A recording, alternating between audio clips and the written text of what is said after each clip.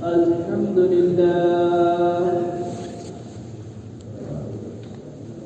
لله نحمده ونستعينه ونستغفره ونؤمن به ونتوكل عليه ونعوذ بالله من شرور أنفسنا ومن سيئات أعمالنا من يهده الله فلا مضل له ومن يضلل فلا هادي له ونشهد أن لا إله إلا الله وحده لا شريك له ونشهد أن محمدا عبده ورسوله صلى الله عليه وعلى آله وأصحابه وبارك وسلم تسليما كثيرا أما بعد فأعوذ بالله من الشيطان الرجيم بسم الله الرحمن الرحيم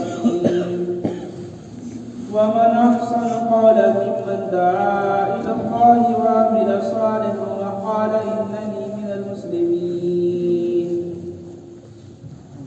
وقال عليه الصلاة والسلام جددوا إيمانكم قيل يا رسول الله وكيف نجدد إيماننا قال أكثر من قول لا إله إلا الله وقال عليه الصلاة والسلام من قال لا إله إلا الله مخلصا دخل الجنة قيل وما إخلاصها قال أن تهجر عن محارم الله وقال عليه الصلاة والسلام المؤمنون هينون لينون كالجبل الآنف إن قيل انقاد وإن أنيف على صخرة استراحا أو كما قال عليه الصلاة والسلام.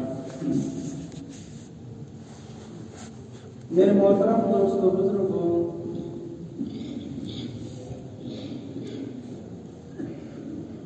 اللہ کی غیبی نصرت اور اللہ کی غیبی مدد وہ انفرادی دعوت کے ساتھ،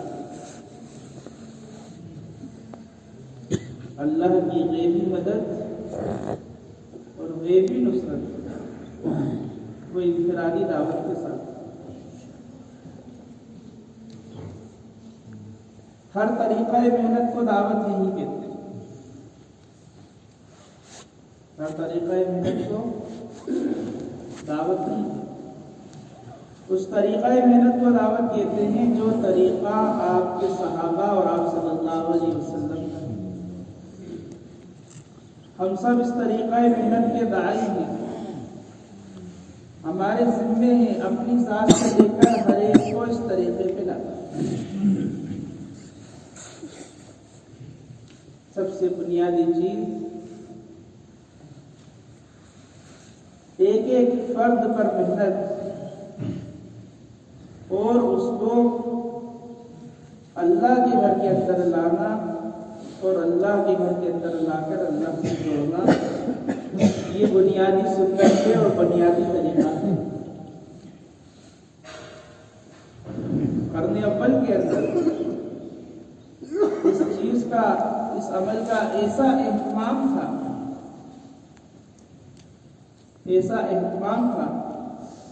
کہ صحابہ اکرام ایک ایک کے پیچھے لگتے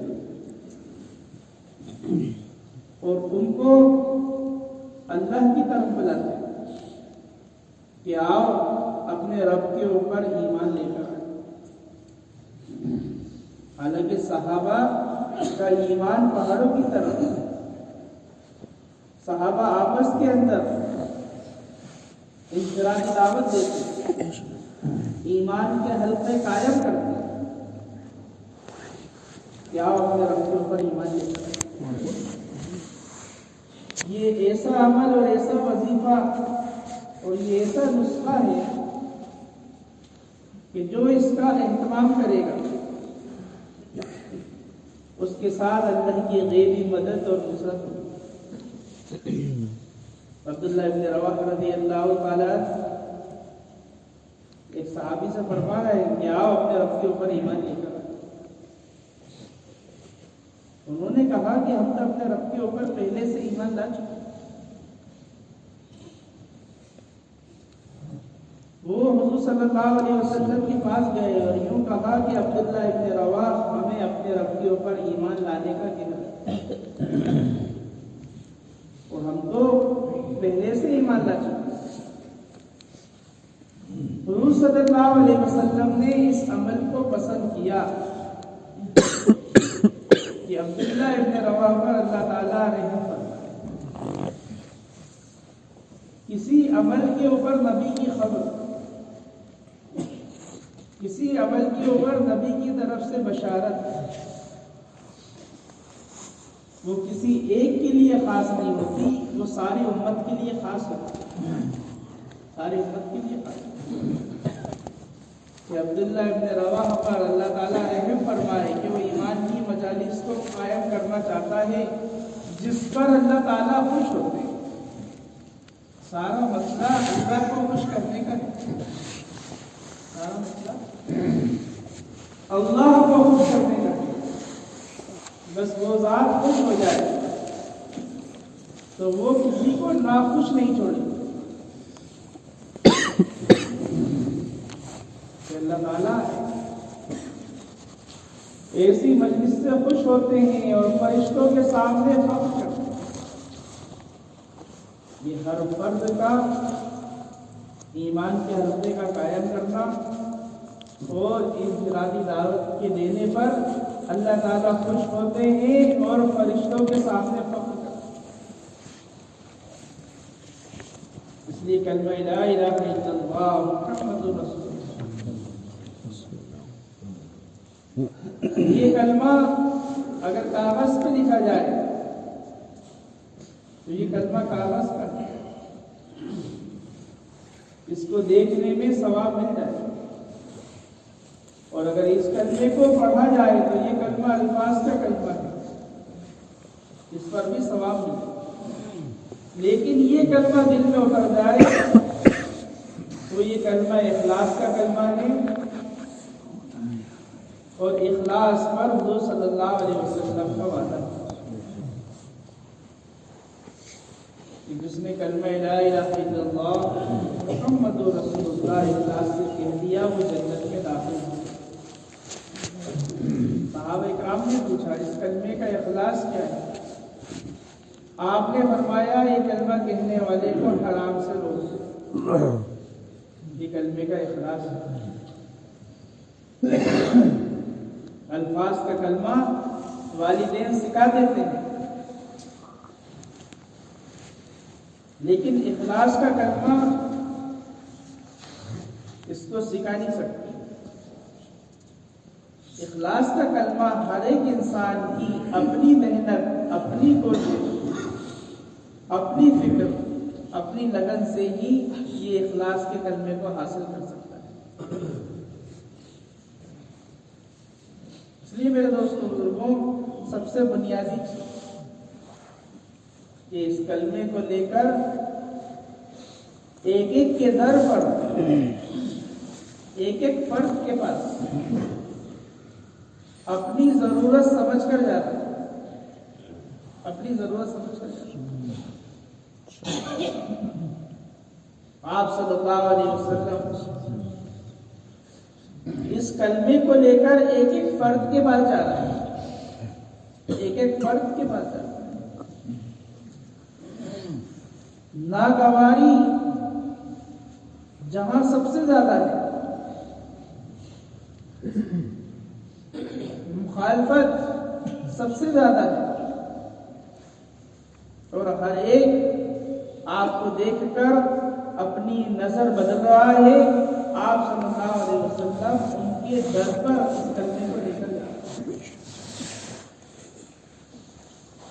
اللہ تعالیٰ نے آپ کو ایسا میدان عطا فرمایا جو انتہائی بنجر میدان تھا، انتہائی بنجر میدان. جب 40 سال کے بعد یہ ذمہ داری آپ کے کاندھوں پر ڈالی گئی،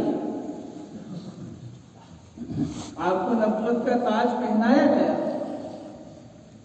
تو آپ اکیلے تھے، کوئی آپ کا ساتھ دینے والا نہیں تھا. 360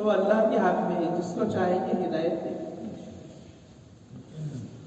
فرعون کی گود میں پلنے والا شخص گمراہ نہیں ہوتا۔ اللہ نے فرعون کی گود میں پال کر موسیٰ علیہ السلام کو نبی بنایا، اور حضرت جبرائیل علیہ السلام کی کو دیکھنے والا اور ان سے پرورش پانے والے کو ہدایت مل جائے کیسا؟ سامری کو اس کی ماں نے چلنے کے بعد اس کو پھینک دیا۔ حضرت جبرائیل علیہ السلام نے سامری کی پرورش کی۔ آپ اس کے منہ کے اندر انگلی ڈالتے، اسی انگلی سے دودھ بھی نکلتا، شہد بھی نکلتا اور مکھن بھی نکلتا، اس سے پرورش ہو۔ جو جبرائیل صلی اللہ علیہ وسلم کو دیکھ لے اور ان کے ذریعے سے پرورش پا لے، تو ایسا نہیں ہے کہ اس کو ہدایت مل جائے۔ ہدایت کا نظام اللہ کے ہاتھ میں ہے، ہدایت کا نظام اللہ کے ہاتھ میں ہے۔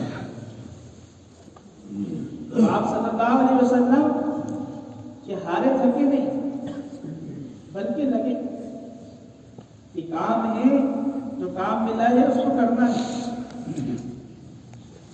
اس لیے ایک کسی مسلمان کا درجہ اس سے کم نہیں سمجھنا کہ اس کو دعوت نہ دی جائے، دعوت نہ دی۔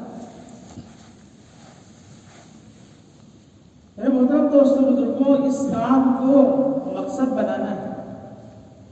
ہر نئے سے نیا آدمی اس دعوت کے بارے میں تحقیق کرے، سوال قائم کرے، ورنہ ایک دعوت یہاں دعوت کوئی کام ہے، کرنا چاہیے، ہر چیز کے بارے میں سوال ہے۔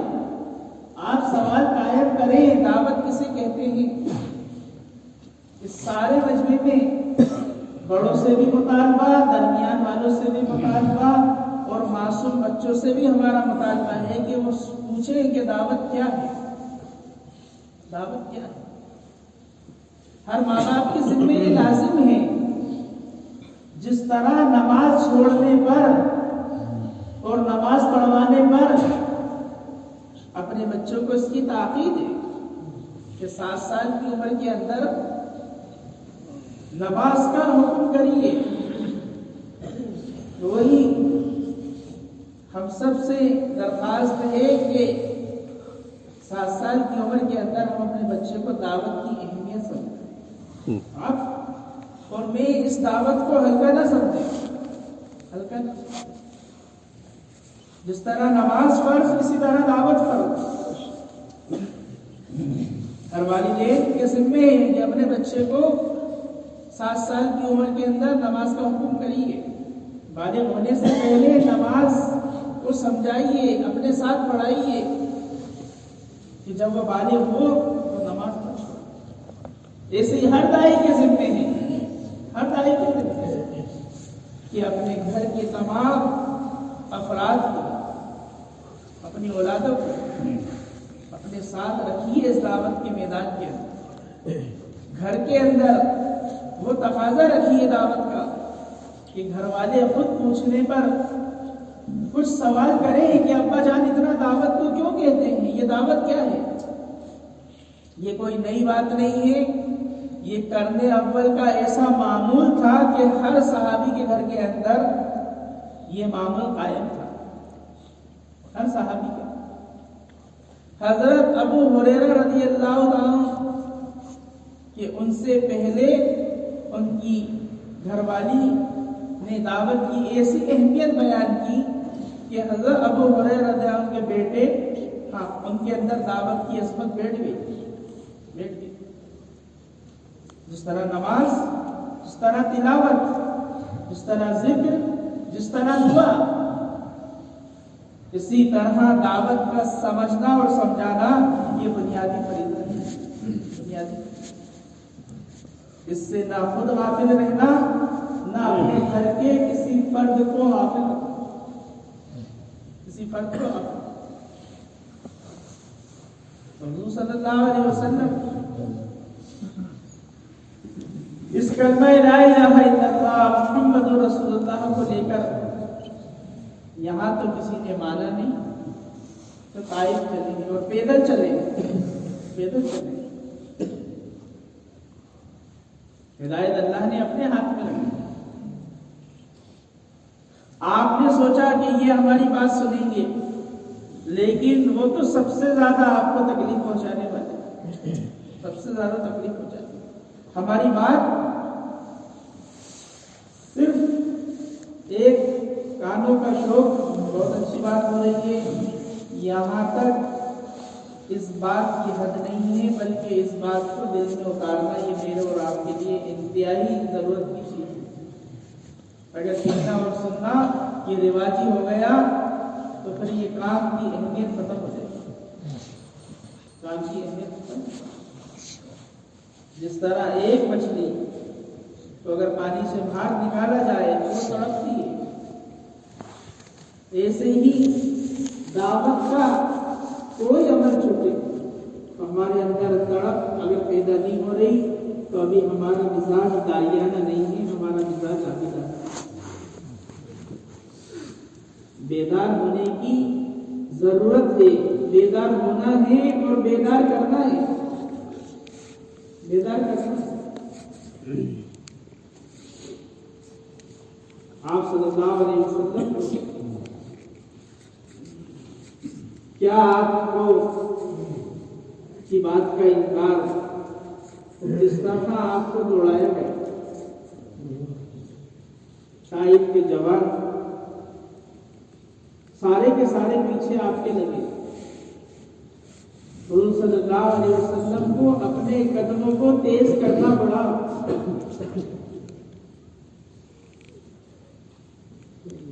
ہم دیکھیں تو صحیح،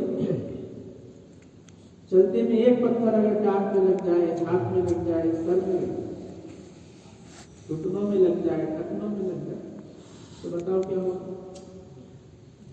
حضور صلی اللہ علیہ وسلم کے اوپر پتھروں کی بارش تھی، پتھروں کی بارش تھی۔ یہ ذات وہ ہے جس کی بنیاد پر دنیا ہے۔ یہ ساری قربانی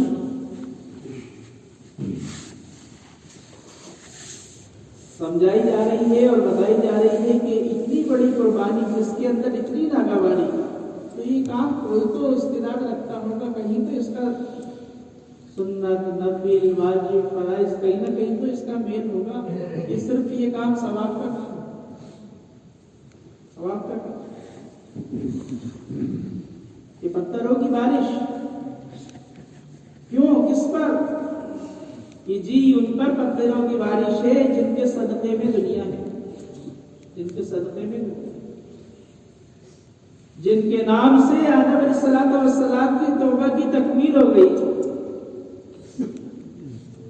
جن کو اللہ نے بنایا اور ایک خطا ہوئی آپ نے دنیا میں اتار دیا، تو آپ کے نام سے جن کی توبہ کی تکمیل ہوئی ہے ان کے اوپر پتھروں کی بارش کیوں؟ کہ نہیں، کام بہت اہم ہے، کام بہت اہم۔ آپ صلی اللہ علیہ وسلم ان ناگواری کے اندر، اس تکالیف کے اندر بھی جو اصل ذمہ داری، جو کام آپ کے کاندھوں پر تھا، آپ نے تمام ناگواری تکالیف میں بھی اس کام کو نہیں چھوڑا، اس کام کو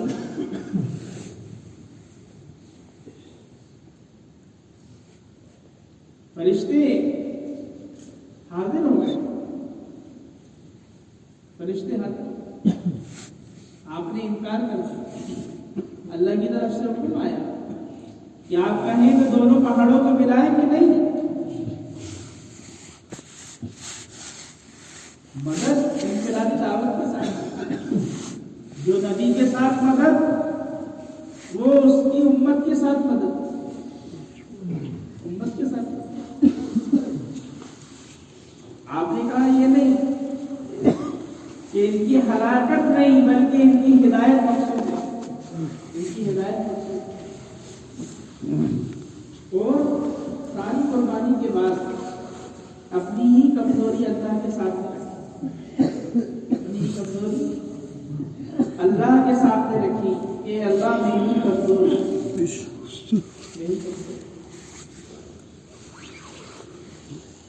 آپ صلی اللہ علیہ وسلم تک کر بیٹھ گئے. بڑوں نے نہیں مانا لیکن غلام نے مان لیا، غلام نے مانا. انداز آپ کے سامنے انظر پیش کیا، آپ نے ان سے ان کے قوم کے بارے میں پوچھا، آپ نے انگور کا دانہ لیا اور بسم اللہ پڑھ کر کھایا، اور اس نے جب بسم اللہ سنی پھر پوچھا آپ کو کہ آپ یونس علیہ السلام کے بھائی ہیں؟ ہاں وہ نبی ہیں، میں ان کا بھائی ہوں. وہ انداز اسلام میں داخل ہو، اسلام میں داخل ہو. یہاں تک کہ تکالیف اتنی پہنچائی تھی طائف کے اندر، اتنی پہنچائی تھی کہ طائف کی تکلیف پہنچانے والے بھی ان کو بھی ترس آ رہا تھا، اور حضور صلی اللہ علیہ وسلم اس تکالیف کے اندر بھی اپنی دعوت کو آپ نے چھوڑا. اس لیے میرے محترم دوستوں بزرگوں، یہ کلمہ لا الہ الا اللہ محمد رسول اللہ یہ بنیادی کلمہ ہے. اس لیے اس کلمے کو لے کر پھرنا، اس کے ذریعے سے، اس کلمے کے ذریعے سے یہ سارا دین ہرا بھرا ہوگا. سارا دین کو جو حرکت آئے گی وہ کلمے کے ذریعے سے آئے گی.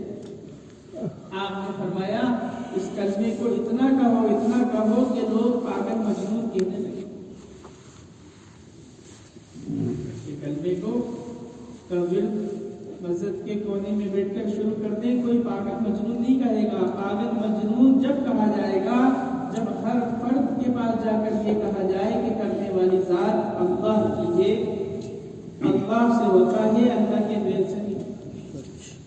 لوگوں کو یہ کہنا کہ ان کا ہر وقت یہی معمول ہے، لوگوں کا یہ کہہ دینا یہی پاگل مجنون کہنا.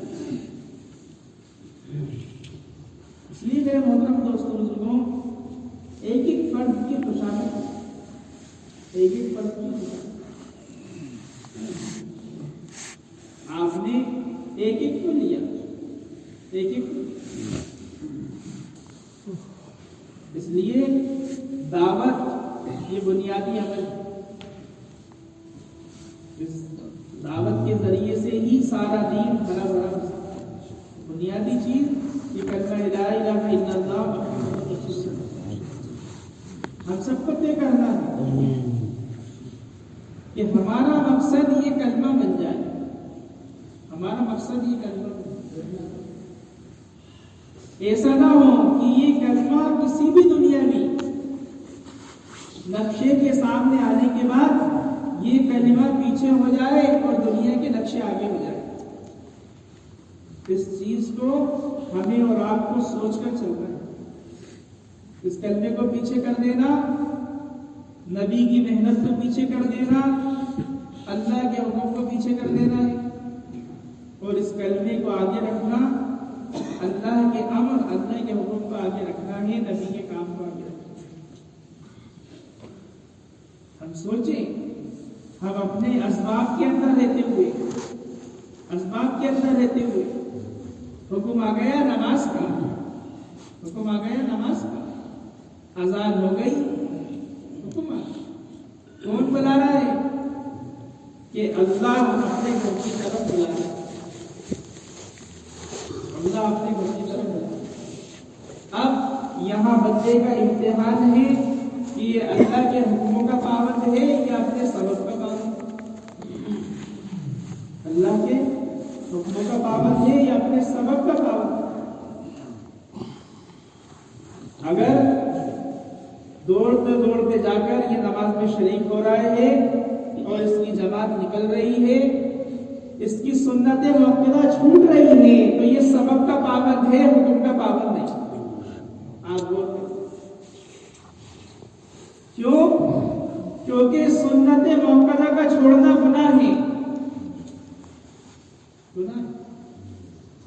یہ ایسی سبب کی دنیا میں اترا ہوا ہے کہ اس کو سنت مؤکدہ چھوڑنے کا بھی احساس نہیں. یہ سوچ رہا ہے فرائض پڑھ لیں گے جماعت مل جائے گی. اس میں کام ہر جگہ اپنے سبب اور اس کلمے کو دیکھنا ہے. وہ ملازم ہو، وہ کاشتکار ہو، وہ عہدے دار ہو، وہ طالب علم ہو، وہ اسٹوڈنٹ ہو، وہ ہر جگہ دیکھ لے کہ میں نے کس کو ترجیح دی ہے.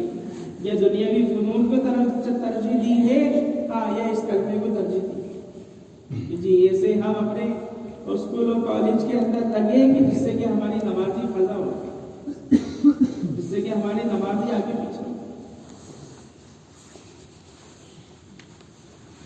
اللہ کو دکھانا ہے کہ ہم اس کلمے کو پورے طریقے سے اپنی زندگی کا مقصد بنائے ہوئے ہیں.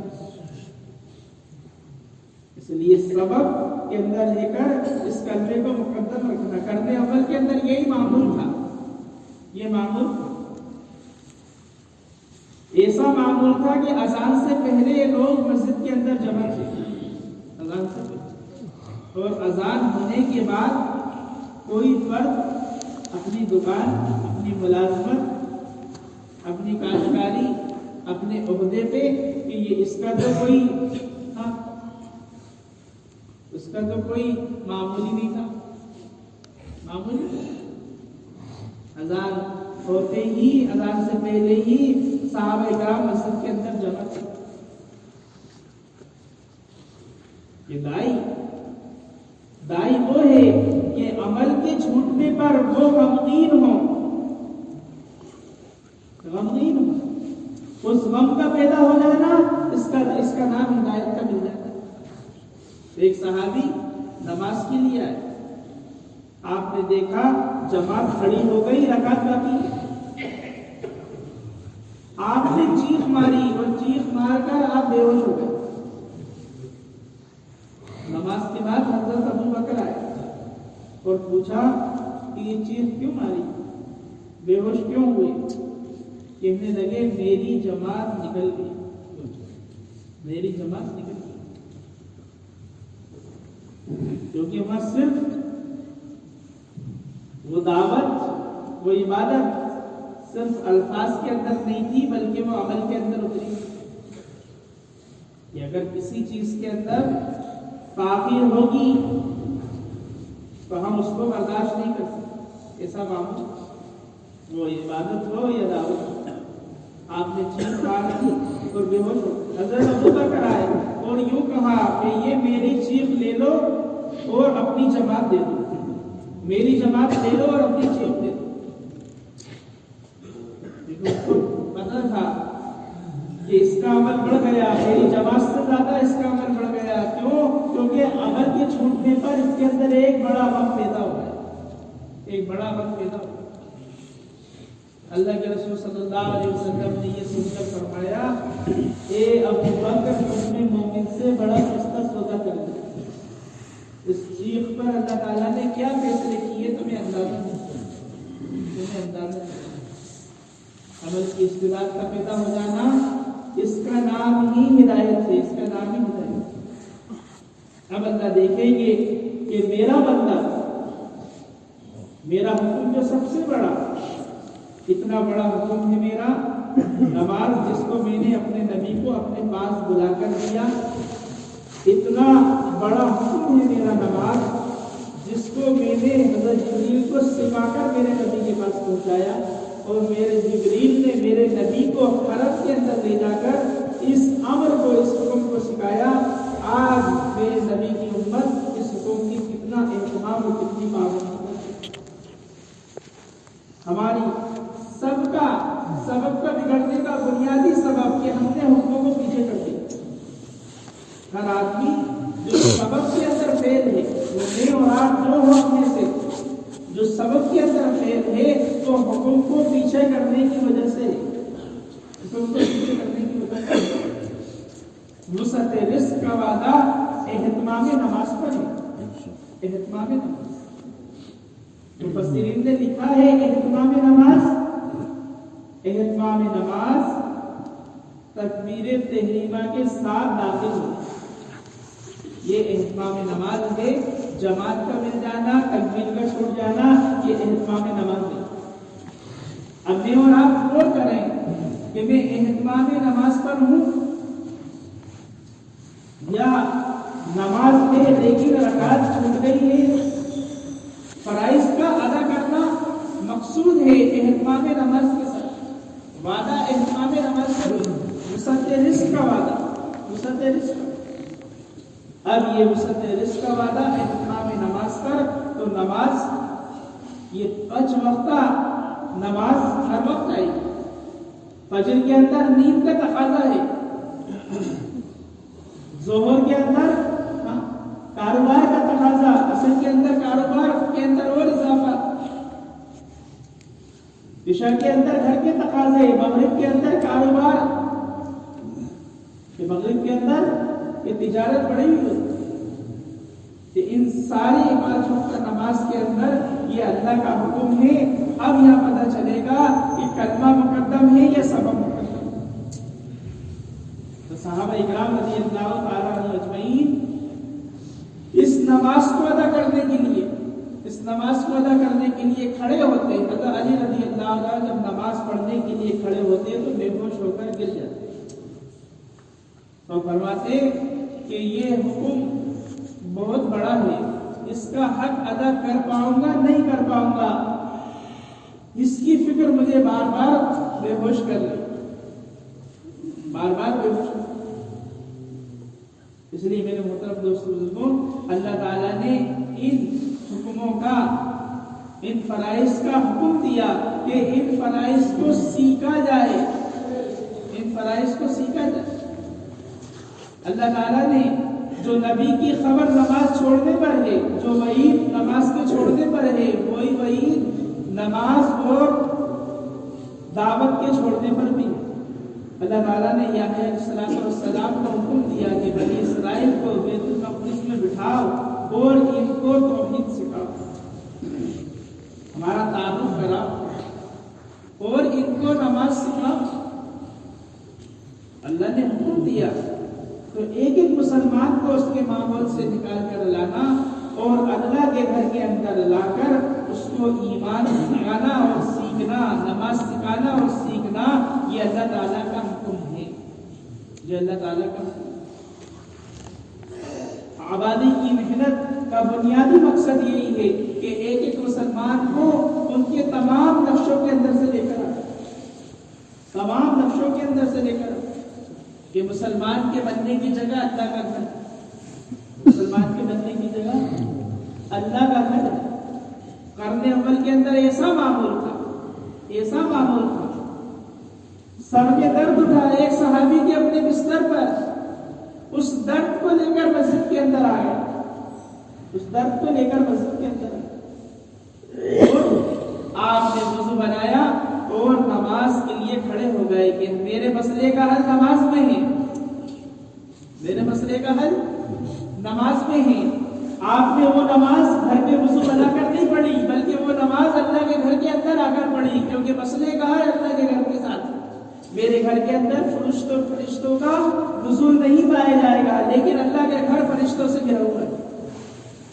ایک صحابی، ان کے بچہ ایک دم رویا، ایک دم بے چین ہوا، آدھی رات کو اٹھ کر مسجد کے اندر آ گئے، بچہ گھر پہ رو رہا ہے، بچہ گھر پہ رو رہا ہے، ایک دم اس کو درد اٹھائے، اس درد کو لے کر گھر والی سے کہا کہ میں اللہ کے گھر جا رہا ہوں اس کا درد دور کرنے کے لیے، اس کا درد دور کرنے کے لیے۔ وہاں سبب مقدم نہیں تھا بلکہ عمل مقدم تھا، سبب مقدم نہیں تھا، عمل مقدم۔ آپ آئے اور مسجد کے اندر آپ نے نماز پڑھی،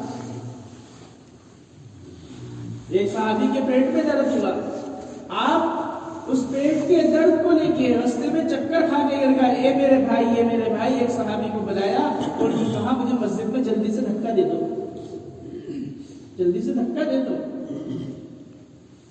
آپ نے وضو بنایا اور گھسٹتے ہوئے مسجد کے اندر داخل ہوئے، اور داخل ہونے کے بعد کھڑے ہونے کی ہمت نہیں تھی، آپ نے بیٹھ کر نیت باندھی اور سجدے میں جا کر اپنے پیٹ کا درد اللہ سے دور کرایا.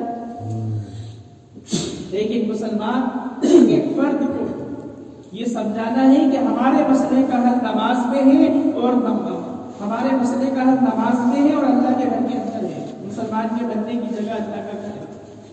مسلمان کے بننے کی جگہ اللہ کا گھر ہے. بھوک لگی ہے, بھوک کا تقاضا ہے, گھر میں آئے والدہ سے کہا کہ کھانا کہ بیٹا کھانا کا کوئی انتظام نہیں ہے تو مسجد کے اندر چلے اور نماز پڑھی ہے, صلاۃ الحاجہ پڑھ کے اللہ سے مانگا ہے اللہ کھانے کا انتظام کر دے.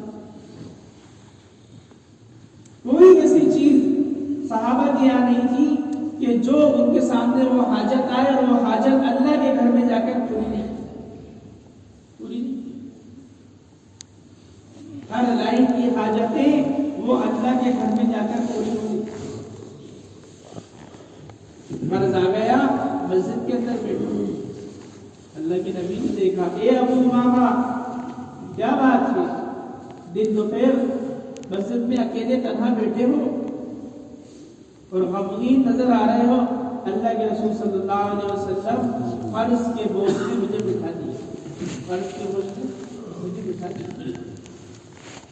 آپ نے ان کو دعا سکھائی, آپ نے ان کو دعا سکھائی کہ اے ابو امامہ یہ فرض کی دعا ہے, اس کا اہتمام کرنا. آپ نے اہتمام کیا اور نبی کو آ کے خبر دے دی کہ اللہ نے میرے فرض کو اتار دیا. ہر ایک آ رہا تھا اور اپنے مسئلے کو اللہ کے گھر کے اندر حل کر رہا تھا. مسلمان کے بننے کی جگہ اللہ کا گھر. ہم جتنے ہیں ہم سب حالات میں ہیں. ہر ایک انسان اپنے دل پہ ہاتھ رکھے, کوئی بیماری میں, کوئی مسائل میں, کوئی مقدمے میں, کوئی بیماریوں کے اندر, کوئی طرح طرح کی ظلمتوں کے اندر. ہاں دیکھ لیں آپ, ہم سب میں اور آپ غور کریں. لیکن جو اصل بننے کی جگہ تھا, جو اصل بننے کی جگہ تھی, جو مسائل کے حل ہونے کی جگہ تھی, وہاں میری آمد بہت کم ہے. اور جہاں مسائل پیدا ہونے کی جگہ ہے وہاں میری آمد بہت زیادہ ہے, بہت زیادہ. مسلمان کے بننے کی جگہ اللہ کا گھر ہے, اللہ کا گھر. تو صحابہ اکرام ہر مسئلے کو لے کر اللہ کے گھر کے اندر آئے. اس لیے آبادی کی محنت کے ذریعے سے ایک ایک مسلمان کو لانا, ایک ایک مسلمان کو لانا. آپ صلی اللہ علیہ وسلم سفر کا ارادہ کریں اور آپ کی چاہت یہ بھی ہے کہ میں قریب کے راستے سے حضرت خاص فرماتے ہیں کہ میرے نبی سے فرمایا کہ قریب کا راستہ تو میں نے دیکھا ہے لیکن وہاں ڈاکو نہیں. آپ نے کہا ہمیں اس راستے سے لے کر چلو, اس راستے سے لے کر چلو. آپ نے ان کو دعوت دی, وہ اسلام میں داخل ہو, اسلام میں داخل. آپ خود ایک دیہات کے صحابی کے سامنے آ کر کھڑے ہوئے. ایسا نہیں ہے کہ نہیں ان کو دعوت دی جائے گی, ان کو چھوڑ دیا جائے گا, ان سے ملا جائے گا, ان سے نہیں ملا جائے گا, بلکہ ہر مسجد کے متعلق جتنے مسلمانوں کے گھر ہیں, ہر گھر میں جتنے بالغ مرد ہیں, ہر ایک سے ملاقات کا مطالبہ ہے کہ ہر ایک سے ملا جائے, ہر ایک سے ملا جائے. کسی کا درجہ اس سے کم نہیں سمجھنا کہ اس کو دعوت نہ دے. وہ دن میں ملے, وہ رات میں ملے, وہ آدھی رات میں ملے. آپ صلی اللہ علیہ وسلم کا معمول کہ دیر رات ملاقاتیں کرتا ان سے جو نہیں مل پائے, ان سے جو نہیں مل پائے. ہماری نقل و حرکت, ہماری ساری کی ساری نقل و حرکت وہ اس تقاضے پر ہو کہ ایک ایک مسلمان سے ملاقات کر کے اللہ کے گھر میں کیسے دیا, ان سے ملنا, ان کی خوشامد کرنا, ان کی خدمت کرنا, ان پر خرچ کرنا. اور الیاس صاحب رحمۃ اللہ علیہ نے لوگوں کے قدموں میں اپنی پگڑیاں رکھی, پگڑیاں رکھی, ایک ایک کی خوشامد. اللہ تعالیٰ نے آپ کی محنت, آپ کی لگن, آپ کی کوشش پر ایک پورے عالم کے اندر دیکھ لیا. ہمارے اور آپ کی آمد آپ کی فکر کی وجہ سے ہے. سارے عالم میں حرکت الیاس رحمۃ اللہ علیہ کی فکر کا نتیجہ ہے, فکر کا نتیجہ. آپ دیر رات میں ملاقات کے لیے نکلے. انصار صحابہ نے فرمایا کہ اللہ کے نبی آپ کو تعبیر ہوئی, آپ نے فرمایا میرا کچھ معمول قرآن کا رہ گیا تھا, اس کو پورا کر کر آیا, پورا کر کر. یہاں دعوت اور عبادت نکلنے سے پہلے صلاۃ الحاجہ پڑھنا, اللہ سے اپنی کمزوری رکھنا. اے اللہ جن کے پاس جا رہے ہیں ان کا قلوب تیرے ہاتھ میں ہے, تیرے ہاتھ میں. حضور صلی اللہ علیہ وسلم مانتے رہے اے اللہ ابو جہل یا عمر بن خطاب کے ذریعے سے اسلام کو قوت عطا فرما. حضور صلی اللہ علیہ وسلم کی دعا اور آپ کی فکر اثر کر گئی کہ اس امت کے ملہم پیدا ہوئے حضرت عمر, کہ جن کو دیکھ کر شیطان بھی اپنا راستہ بدل دیتا. تو ایک ایک مسلمان کی خدمت خوشا, اور یہ ساری دعوت اپنی ذات کے لیے, ایک ایک کو لا کر نماز کا ٹھیک کرانا میری نماز کو اچھا کرنے کے لیے ہے, ایک ایک کو لا کر ایمان کے تذکرے کرنا یہ میرے ایمان کے اضافے کے لیے ہے, میرے ایمان کے اضافے کے لیے. یہ انفرادی دعوت کا نتیجہ یہ ہوگا کہ اللہ کی غیبی مددیں اور نصرتیں ہمارے ساتھ. صحابہ فرماتے ہیں کہ ہماری جو مددیں نصرتیں ہوئی تو اس کی بنیاد ہمارا ایک ایک کو کے پاس جا کر اس کو اللہ سے جوڑنا تھا, اور اس کام کو اپنے اندر یقین کے ساتھ کرنا تھا کہ سارے مسئلے کا اللہ نے اس کام میں. تو اللہ کی غیبی نصرتیں ہمارے ساتھ, غیبی نصرتیں ہمارے ساتھ. ایک صحابی قید خانے کے اندر ہیں, قید خانے کے اندر آپ نے نگراں سے کہا, آپ کو نہانے کی حاجت ہو گئی, نگراں سے کہا کہ ہمیں کل کا پانی بھی جمع کر کر دے دو کہ ہم غسل کر لیں. اس نے کہا کہ نہیں, آج کا پانی آج دیں گے, کل کا پانی کل ملے گا. آپ نے اس سے کہنے کے بعد اللہ کی طرف متوجہ ہوئے, اللہ کی طرف متوجہ ہوئے. اللہ تعالیٰ نے آپ کے متوجہ ہونے کی وجہ سے, اللہ سے مانگنے کی وجہ سے اللہ تعالیٰ نے بادل کو ہی قید خانے میں بادل آیا اور بادل برسا.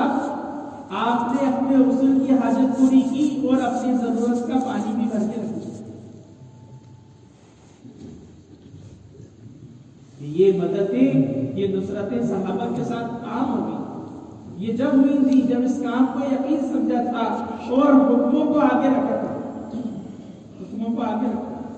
جب حکم کا انسان پابند بنتا ہے تو نظام کائنات اس حکم کے پورا کرنے والے کا پابند بن جاتا ہے.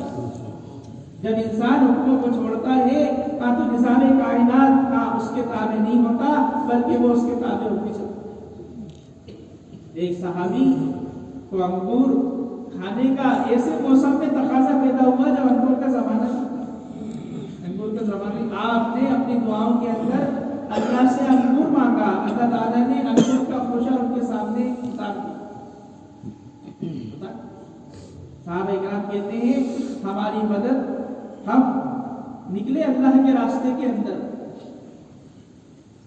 ہمارے پیٹوں پر پتھر تھے, بھوک کی وجہ سے چلنا مشکل ہو رہا, لیکن ہم سب کا عزم اور ہم سب کا یقین اللہ کی ذات پر تھا کہ ہم ایسے کام میں لگے ہیں کہ جہاں مدد کی مدد ہے, اور ہمارا اللہ کی ذات سے ایسی امید بنی ہوئی تھی, ہمیں ایسا یقین تھا کہ ہماری مدد صرف ہمارے سامنے ہے اور وہ آنے کی والی ہے. صحابہ چلے, رات کا وقت ہے, چلتے جا رہے ہیں, تھوڑی سی سفیدی ظاہر ہوئی, آپ نے دیکھا یہ بہت بڑا ٹیلا نظر آ رہا ہے, چلو یہاں جا کر تھوڑا سا آرام کر لیں. بھوکے تھے, کھانے کا اللہ کی ذات سے امید میں تھے کہ مدد آئے گی.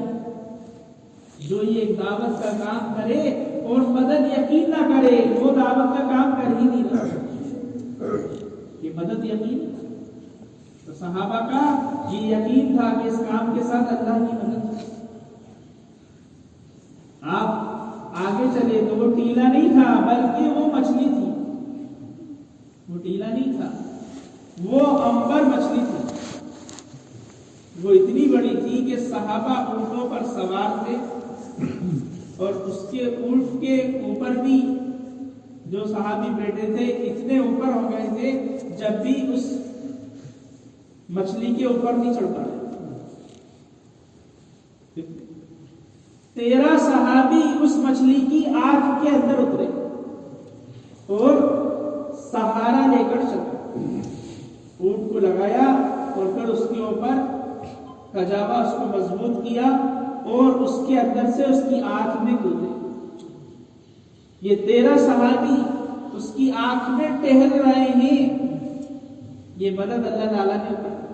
اور ان کے پاس جو بالٹی تھی اس کے آنکھوں میں سے چربی بھر بھر کر نیچے پہنچا رہے. یہ مدد اللہ تعالیٰ نے صحابہ اکرام کے سامنے نازل کی.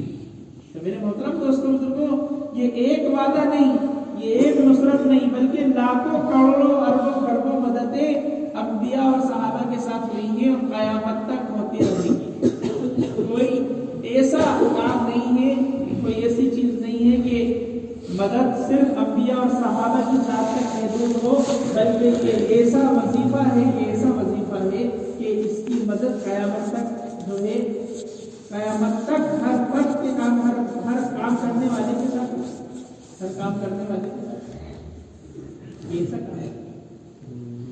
ہمارے استاد حضرت محترم اور مولانا ابراہیم صاحب دعوت پر کارکن ہوتے ہیں، ہمارے استاد سے مشکات پڑھاتے تھے. اس میں اللہ کی مدد ہونے والے آئے، فرمایا قیامت تک اس کام کو یقین کے ساتھ کرنے والے کے ساتھ اللہ کی وہی مدد جڑی ہوئی ہے جو انبیاء اور صحابہ کے ساتھ جڑی ہوئی ہے، جو انبیاء اور صحابہ کے ساتھ قیامت تک. اس لیے میرے محترم دوستوں بزرگوں، یہ راستہ ایسا ہے کہ اس کا کوئی متبادل نہیں. جہاں نکلنے کے فضائل ہیں، نکلنے پر کیا وعدے ہیں اللہ کے، اس راستے میں نکلنے والا جس کو حضور صلی اللہ علیہ وسلم نے فرمایا کہ اس راستے کی راتیں جنت کا باغ. آپ نے ایک جماعت سے روانگی کی بات کی اور ان سے یوں کہا تم ابھی نکل جاؤ. انہوں نے کہا کیوں نہ ہم صبح نکل جائیں. آپ نے فرمایا کہ تم جنت کے باغ میں رات گزارنا نہیں چاہتے. جہاں اس راستے کے فضائل نہیں نکلنے پر، اس راستے کی گرد و غبار یہ جنت کا بارڈر ہے. اس راستے کا ایک قدم بہت بھاری قدم ہے. اس راستے کا ایک قدم دین کو زندہ کرنا کہ اللہ کے راستے میں انسان نکلے گا، اس دعوت کے ذریعے سے سارا دین ہرا بھرا. جہاں اس کے فضائل ہیں وہاں چھوڑنے پر اللہ کی طرف سے وہی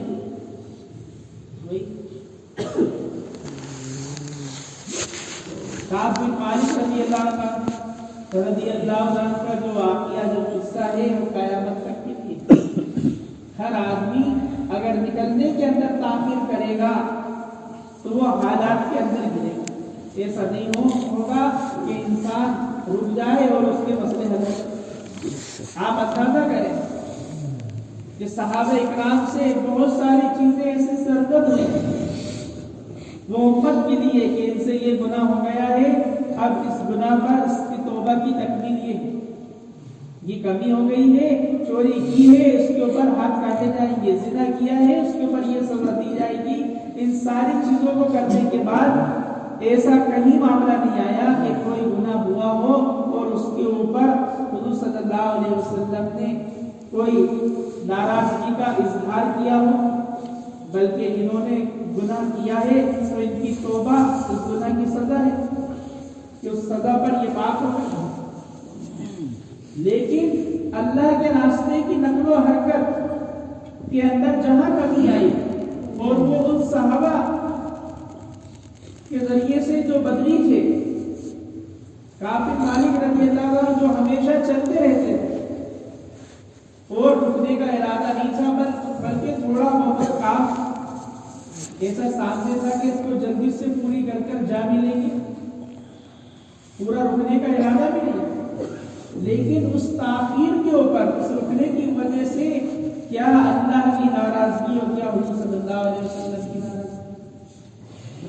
50 دن کوئی بات کرنے والا نہیں، کوئی بات کرنے والا؟ حضرت کعب رضی اللہ عنہ فرماتے ہیں کہ زمین اپنی وسعت کے تنگ ہو گئی، زمین اپنی وسعت کے تنگ ہو گئی تھی.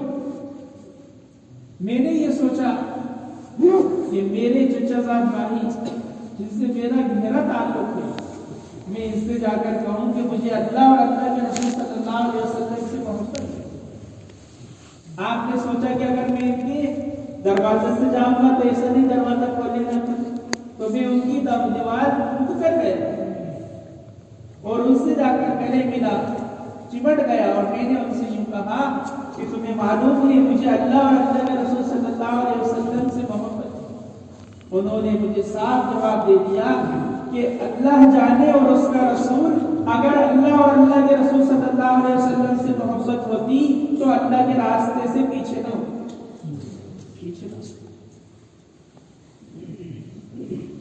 حضور صلی اللہ علیہ وسلم کے بعد کعبہ میں پہنچے اور اپنی ساری سرگزشت سنا دی. وہاں سے ہٹنے کے بعد فوراً آپ کے ساتھی، آپ کے صحابہ نے آپ سے کہا کہ اس سے پہلے تم نے کوئی گناہ نہیں کیا تھا، اس سے پہلے تم نے کوئی گناہ نہیں کیا تھا. اگر تم حضور صلی اللہ علیہ وسلم سے استغفار کی درخواست کرتے تو حضور کی استغفار تمہارے لیے کافی ہوتا. اللہ کے راستے میں سے رک جانا یہ گناہ کا صحابہ بھی ہے. تو میرے محترم دوستوں، جہاں جہاں انسان اگر ہفتے کے، مہینے کے، سہ روزہ بھی اس کے آگے پیچھے ہوئے تو یہ حالات کے اندر پڑ جائے گا، حالات کے اندر پڑ جائے گا. مولانا یوسف صاحب رحمۃ اللہ علیہ فرمایا کرتے تھے کہ اس راستے کے اندر، راستے کی ماہانہ تعطیل اور سالانہ تعطیل اگر انسان کرے گا تو جس وجوہات کی وجہ سے یہ تاخیر کرے گا اس کی وہ وجہ پوری نہیں ہو پائے گی، اس کی وہ وجہ پوری نہیں. انسان جس چیز کو سامنے رکھ کر تاخیر کرے گا، اس کو چھوڑے گا تو اس کی وہ حاجت پوری نہیں ہو پائے گی. اس لیے میرے محترم دوستوں بزرگوں، جہاں نکلنے پر فضائل ہیں وہاں چھوڑنے پر کوئی نہیں، وہاں چھوڑنے پر کوئی. اس لیے صحابہ اکرام نے سمجھ لیا تھا کہ نکلنا ہی اصل ہے، نکلنے مقامی محنت کے ساتھ نکلنا یہ بنیادی چیز ہے. اس لیے آپ دیکھ لیں صحابہ اکرام کا نکلنا، مردوں کا نکلنا، مردوں کے نکلنے کے ساتھ عورتوں کا نکلنا، عورتوں کا نکلنا. ام حرام بنت ملحان رضی اللہ تعالیٰ عنہ نے صلی اللہ علیہ وسلم فرما دیا کہ تم اللہ کے راستے میں جاؤ گی پہلی جماعت میں اور شہید ہو جاؤ گے. خبر ملنے کے بعد بھی آپ اللہ کے راستے میں گئی ہیں اپنے شوہر عبادہ بن ثابت رضی اللہ عنہ کے ساتھ اور اللہ کے راستے میں شہید. 95 سال کے ابو ایوب رضی اللہ عنہ اس ذوق کے ساتھ اللہ کے راستے میں چل رہے ہیں اور اپنے ساتھیوں کو جمع کر کر کہہ دیا کہ اگر میرا انتقال ہو جائے تو تم مجھ کو جہاں انتقال ہو وہاں نہ دفنانا بلکہ میرے جنازے کو بھی اپنے ساتھ چلا. کل پیشی ہوگی، دنیا کی ساری کاروباری ہوگی، انسان کی سارے عمل کی پوچھ ہوگی، تو جب مجھ سے پوچھا جائے گا کہ ابو ایوب تم نے کیا کیا، تو میں اللہ سے کہہ سکوں کہ اللہ جان بھی لگائی، مال بھی لگائی، جوانی بھی لگائی اور یہاں تک کہ تیرے دین کی محنت میں اپنے جنازے کو بھی لگائی. اس طرح صحابہ اکرام اس راستے سے نکلنے کے لیے بے چین رہے. سارے مسئلے کا حل اللہ کے راستے کی نقل و حرکت. اس وقت کے اندر ارتداد ایسا پھیل رہا ہے جیسے جنگل کے اندر آگ لگ جاتی، جنگل کے اندر آگ لگ جاتی. ملک کے ملک پیاسے ہیں، ملک کے ملک پیاسے. ابھی ملیشیا کا اجتماع ہوا، حضرت جی فرمانے لگے کہ کئی ملک والے تقاضا رکھ رہے ہیں کہ ہمارے ملکوں میں جماعت ایک نہیں بلکہ ہزاروں کی تعداد میں جماعت پہنچائے. برازیل کا بڑا تقاضا، کانگو کا بڑا تقاضا، دیگر الجزائر، بہت سارے ایسے ملک ہیں، ایسا بڑا تقاضا ہے، ایسے پیاسے بیٹھے ہوئے ہیں، ایسے پیاسے پیاسے بیٹھے ہوئے ہیں کہ جماعت آ جائے جن کو لے کر ہم تجھے ایسے پیاسے زندگی میں پیاسا آدمی ہوتا ہے، اس طرح ملک کے ملک پیاسے بیٹھے ہیں. بتائیے یہ تقاضا کون پورا کرے؟ کون پورا کرے؟ برازیل کے اندر 1 لاکھ سے زیادہ لوگ مرتد ہو گئے. ایک جماعت پہنچی، وہاں کی کینٹین میں چائے پی رہے تھے، کیونکہ رہنے مسجدیں اور بہت ساری چیزیں ہوٹلوں میں رکنا ہوتا ہے. تو وہاں آپ نے ملاقات ہوئی، تو جو وہاں کے نوکر ہوتے ہیں وہ مسلمان تھا، محنت میں لگا ہوا تھا. سلام دعا کے بعد اس نے اپنے گھر کا پتہ بتایا.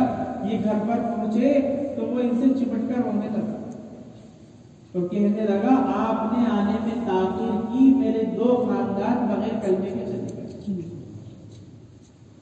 تو میرے محترم دوستوں، ملک کے ملک ایسے ایسے ملک ہیں جہاں مستورات کا کام ہی نہیں جانا، مسرات کا کام ہی نہیں. اس لیے ہم سب طے کریں کہ سارے ملکوں میں جانا ہے اور یہ طے کریں کہ اپنے گھر کی مستورات کو لے کر نکلیں. اب تو اللہ تعالیٰ نے بہت آسانی کر دی. ابھی سیمائی نظام الدین کے اندر جوڑ تھا، پرسوں واپسی ہوئی، پورے ہندوستان کے قرآنوں کا تھا. حضرت نے فرمایا کہ بھائی جو قیدیں لگائی جاتی ہیں وہ کام کی حفاظت کے لیے لگائی جاتی ہیں. اب مستورات کا کام اپنے مقاصد تک پہنچ گئے.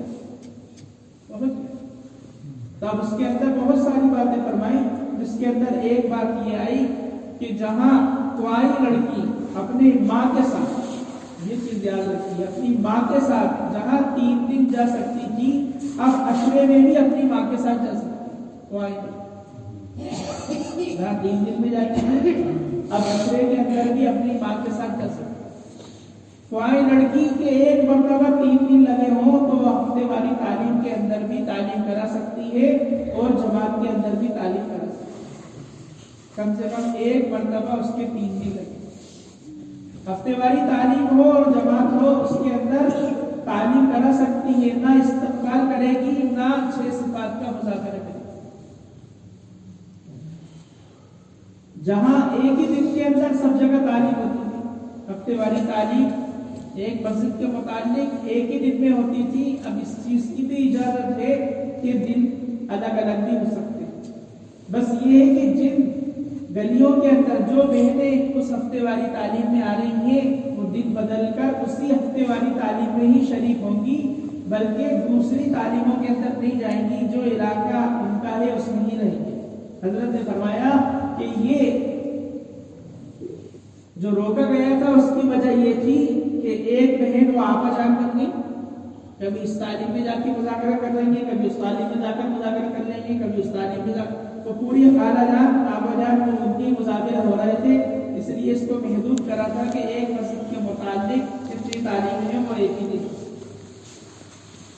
حضرت کی یہ ہدایت کہ تعلیم کے دن الگ الگ تقسیم ہو جائیں، لیکن جو بہن جس کی تعلیم میں ہے وہ وہیں رہے گی. ایسا نہیں کہ آج ہماری تعلیم آج کی تھی ہو گئی، کل دوسری گلی میں ہم وہاں پہنچ گئے، پرسوں کی. تو اس طرح نہیں بنانا، بلکہ اپنی مسجد کے متعلق جو گلی ہماری تقسیم ہے، جہاں ہفتے والی تعلیم ہے، اس میں ہی ہمیں شریک ہونا ہے. اس کا اہتمام کریں. اب اس کے اعتبار سے بہت مبارک اور خوشی کی بات ہے کہ جہاں ہماری بچی کے 3 دن لگ رہے تھے، اب شادی ہونے کے بعد اس کا عشرہ کب لگے گا، چندہ کب لگے گا. اب اللہ تعالیٰ نے جن کے گھروں کے اندر ماشاءاللہ بچیاں ہیں، قادر ہیں، سمجھدار ہیں، کوشش کریں کہ نکاح سے پہلے ہی اس کا عشرہ لگوائیں، اور نکاح ہونے کے بعد چند روز گزر جانے کے بعد چلے میں جا سکتی. تو اس کے اعتبار سے کثیر تعداد کے اندر ماں مستورات جمع، کثیر تعداد کے اندر ماں مستورات جمع. اور بھی مستورات کے متعلق باتیں ہیں، تو اپنا صوبائی جوڑ ہے 13، 14، 15 انشاءاللہ اس کے اندر وضاحت سے بات ہو رہا ہے. اللہ تعالیٰ آسان فرمائے، مدد فرمائے.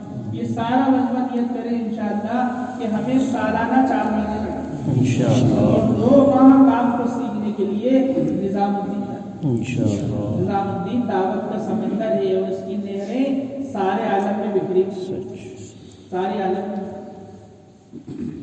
ہر چیز ایک اثر رکھتی ہے. وہاں قربانی دی گئی. مولانا الیاس صاحب رحمۃ اللہ علیہ کہ زمانے سے قربانی کا تسلسل ہے، قربانی کا تسلسل۔